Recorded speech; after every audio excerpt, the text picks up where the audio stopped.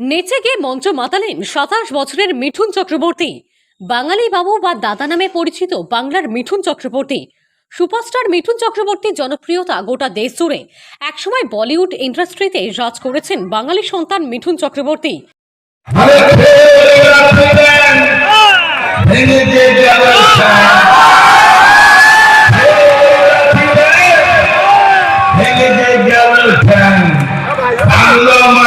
তোমার দিল ও চাঁদুলে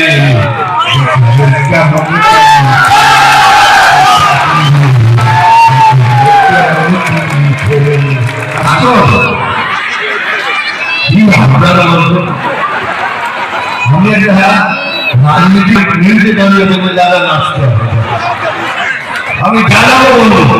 এই যে ডায়লগটা বলছি না, সাপের ডায়লগটা, ওটা বলেছিলাম বলে আমার কেস করে দিয়েছিল।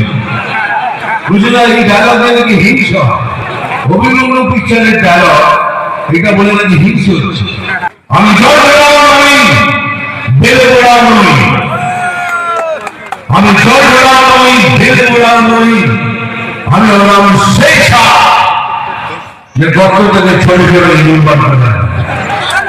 এরা ঘুরে ঘুরে একটু আমার নদী বন্ধ আছে,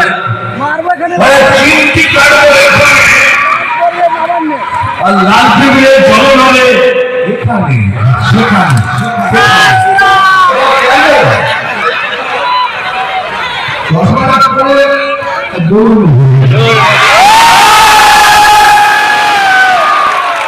আমি জানি জানি আজ এখানে মেয়েদের সংখ্যা বেশি। আচ্ছা, আমার বয়সটা কত আপনারা জানেন কি? আমার ২৭ বছর করে। তুমি কেন আসছো?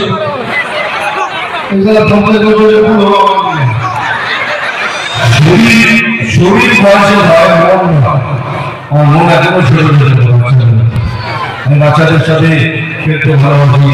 আমরা মানে ভীষণ ভীষণ খুশি, মানে কি বলে বোঝানো যাবে না, যেটা কথায় মানে ভাষায় বলে বোঝানো যাবে না। আমরা এতটাই খুশি।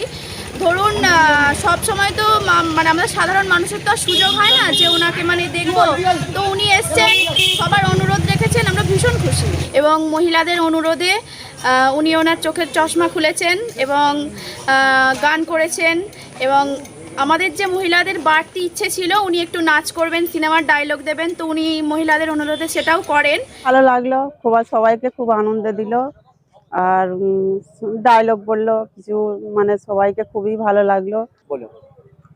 সাথে গান গাইলো, ডায়লগ দিল, খুবই আনন্দ দিল সবাইকে। উনি আবার আসবে বললেন, এসে আবার আনন্দ দেবে সবাইকে।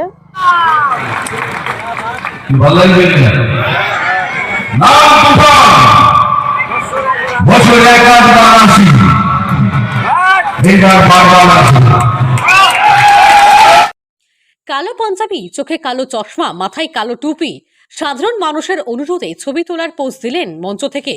একসঙ্গে মহিলাদের অনুরোধে কালো চশমা সরিয়ে দিলেন চোখ থেকে। এরপরেই মহিলারা আবদার করে বসেন নিচে দেখানোর।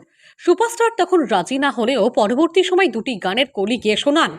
এর মধ্যে একটি গান সুপারস্টার মিঠুন চক্রবর্তী নিজের গলায় গান গাওয়ার সঙ্গে তিনি কোমর দোলায়, যা দেখে ভীষণভাবে আনন্দ উপভোগ করেন সবাই আসা মিঠুন ভক্ত মানুষজন।